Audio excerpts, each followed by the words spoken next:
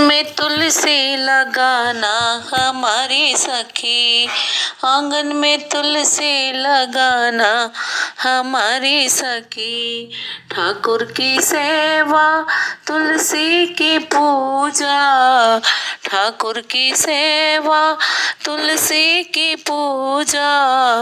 जीवन सफल बनाना हमारी सखी, जीवन सफल बनाना हमारी सखी। जय श्री कृष्ण, राधे राधे।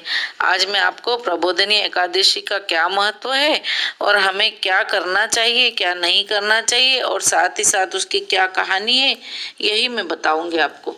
तो प्रबोधिनी एकादशी या देव उठनी एकादशी, जिस दिन भगवान जो है नारायण योग निद्रा का त्याग करते हैं, और जब देवशयनी एकादशी होती है तभी से भगवान योग निद्रा में जाते हैं। तो आज आकर वो सृष्टि का सारा कार्यभार संभालते हैं, और इसी के बाद से चातुर्मास का अंत होता है। चातुर्मास यानी वो 4 महीने जब भगवान सोए रहते हैं, और आज ही के दिन से शुभ और मंगल कार्य शुरू हो जाते हैं। पुराणों में कहा है कि एकादशी का व्रत करने से व्यक्ति जन्म मरण के बंधन से मुक्त हो जाता है और वैकुंठ धाम की प्राप्ति होती है। शास्त्रों में देव प्रबोधिनी एकादशी को लेकर कुछ विशेष नियम बताए गए हैं, और इन नियमों का पालन करने से हमारे जीवन में मंगल होता है, और साथ ही साथ हमारे जीवन में सुखों की वृद्धि होती है, और मृत्यु होने के पश्चात हमें वैकुंठ की प्राप्ति होती है। तो हमको भाग्य वृद्धि के लिए एकादशी के दिन क्या करना चाहिए? एकादशी के दिन हमको सुबह में ब्रह्म मुहूर्त में उठकर स्नान भी करना चाहिए, और व्रत का संकल्प लेना चाहिए, और दीपदान तो करना ही चाहिए। साथ ही साथ में हमको भगवान विष्णु को जो है इस दिन जो लोग देव उठाते हैं अर्थात तुलसी विवाह करते हैं, तो वो गन्ने का मंडप बनाकर और फिर उसमें तुलसी और शालिग्राम की का विवाह करते हैं। तो और इस दिन स्त्रियां जो है वो भजन भी करती हैं, और कार्तिक में दान का तो बहुत ही ज़्यादा महत्व है। और अगर हम गाय की सेवा कर लें तो गाय और ज़रूरतमंदों की सेवा हमको ज़रूर करनी चाहिए। अब ये तो हुई बात कि हमको क्या करना चाहिए, पर हमको क्या नहीं करना चाहिए, ये बात विशेष महत्व रखती है, क्योंकि हम व्रत तो करते हैं पर बहुत सारी चीज़ें हमको नहीं पता होती। तो जो है एकादशी, कोई सी भी एकादशी, उस दिन चावल का सेवन नहीं करना चाहिए, क्योंकि अगर हम चावल का सेवन करते हैं तो अगले जन्म में हमें रेंगने वाले जीव की योनि प्राप्त होती है। इसीलिए हमें चावल का सेवन नहीं करना चाहिए, और घर में सुख शांति रहना चाहिए। और मांस, मदिरा, प्याज, लहसुन और तामसिक भोजन से भी बचना चाहिए। मतलब जो भी लोग प्याज लहसुन खाते हैं तो उस दिन हमें प्याज लहसुन का त्याग करना चाहिए, अर्थात तामसिक भोजन नहीं बनाना चाहिए। साथ ही साथ में तुलसी का विवाह करते हैं हम उस दिन, तो उस दिन तुलसी के पत्ते बिल्कुल भी नहीं तोड़ने चाहिए, क्योंकि हम तो विवाह कर रहे हैं उसका, तुलसी माता का।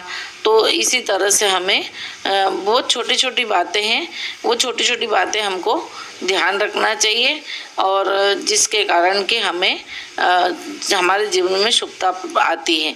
तो भगवान विष्णु के मंत्रों का जाप करना चाहिए, और भगवान विष्णु के मंत्रों का जाप करके माता लक्ष्मी को प्रसन्न करने के लिए माता लक्ष्मी की भी आराधना करनी चाहिए। अब मैं आपको कहानी सुनाऊंगी। वह कहानी जो है वो इस प्रकार से है कि तो लीजिए कहानी सुनिए। एक राजा था, उसके राज्य में सब लोग एकादशी का व्रत करते थे। प्रजा तथा नौकर चाकरों से लेकर पशुओं तक को एकादशी के दिन अन्न नहीं दिया जाता था। एक दिन दूसरे किसी राज्य का एक व्यक्ति राजा के पास आकर बोला, महाराज कृपा करके मुझे नौकरी पर रख ले।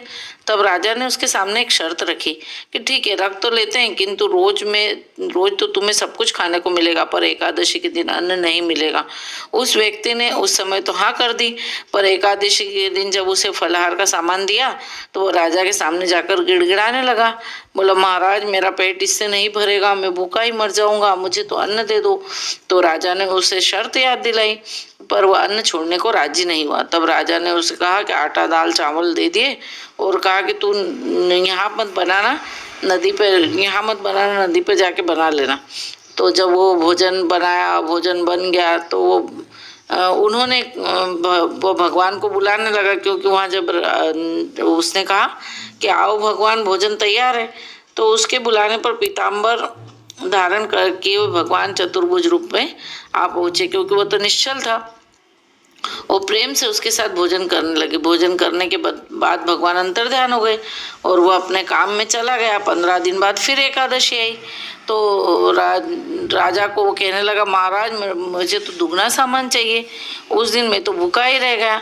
राजा ने कारण पूछा तो उसने बताया कि हमारे साथ भगवान भी खाते हैं, हम दोनों के लिए सामान पूरा नहीं होगा। राजा को बड़ा आश्चर्य हुआ, वो बोला, मैं मान ही नहीं सकता, भगवान तुम्हारे साथ खाते हैं, मैं इतना व्रत रखता हूँ, पूजा करता हूँ, और भगवान ने मुझे कभी दर्शन नहीं दिए। राजा की बात सुनकर वो बोला, महाराज यदि विश्वास न हो तो साथ चलकर देख लो। राजा एक पेड़ के पीछे छुप गया और उस व्यक्ति ने वहाँ भोजन बनाया और भगवान को शाम के तक पुकारता रहा, परंतु भगवान न आए। अंत में उसने कहा, हे भगवान, यदि आप नहीं आए तो मैं नदी में कूदकर प्राण दे दूंगा। अब लेकिन फिर भी भगवान नहीं आए। तब वो प्राण त्यागने के उद्देश्य से नदी की तरफ बढ़ा और प्राण त्यागने का उसका दृढ़ इरादा जानकर शीघ्र ही भगवान ने प्रकट होकर उसे रोक लिया और साथ बैठकर भोजन करने लगे। खा पीकर वे उसे अपने विमान में बिठाकर अपने धाम को ले गए। ये देख राजा ने सोचा कि व्रत उपवास से तब तक कोई फायदा नहीं मिलता जब तक कि मन शुद्ध न हो। तो इससे राजा को ज्ञान मिला, तो वह भी मन से व्रत उपवास करने लगा और अंत में स्वर्ग को गया। इसी से संबंधित एक और कहानी है, जो वो कहानी भी मैं आपको बताती हूँ। एक राजा था, उसके राज्य में प्रजा सुखी थी। एकादशी के दिन कोई भी अन्न नहीं बेचता था, सब फलाहार करते थे। एक दिन भगवान ने राजा की परीक्षा लेने की सोची। भगवान ने एक सुंदरी का रूप धारण कर लिया और वो सड़क के वहां आके बैठ गए। तभी राजा उधर से निकला। सुंदरी को देखकर चकित रह गया। उसने पूछा, हे सुंदरी, तुम कौन हो? इस तरह यहाँ क्यों बैठी हो? तब वो सुंदरी स्त्री बने भगवान बोले, मैं निराश्रिता हूँ, यानी मेरा कोई आश्रय नहीं है और नगर में कोई मुझे जानता भी नहीं, मैं किससे सहायता मांगू? तो राजा उसके रूप पर मोहित हो गए और बोले, तुम मेरे महल में चलो और मेरी रानी बनकर रहो। तो सुंदरी बोली, मैं तुम्हारी बात तो मानूंगी, पर मैं तुम्हें राज्य का अधिकार मुझे सौंपना होगा, तो राज्य पर मेरा पूर्ण अधिकार होगा, मैं जो भी बनाऊंगी वही तुम्हें खाना होगा। राजा उसके रूप पर मोहित था, तो उसने उसकी सारी शर्तें स्वीकार कर ली। अगले दिन एकादशी आ गई। अब रानी ने हुक्म दिया कि बाजारों में अन्य दिनों की तरह अन्न बेचा जाए। पहले क्या था, 11 एकादशी के दिन कोई अन्न नहीं बेचा जाता था, लेकिन रानी ने ठीक उसका उल्टा किया और उसने घर में मांस मछली पकवान बनवाया और राजा को परोसकर खाने के लिए कहा। तब राजा बोला, रानी आज एकादशी, मैं तो केवल फलाहार करूंगा। तो रानी ने उसको शर्त याद दिलाई राजा को और बोली कि या तो तुम खाना खाओ, नहीं तो मैं बड़े राजकुमार का सिर काट दूंगी।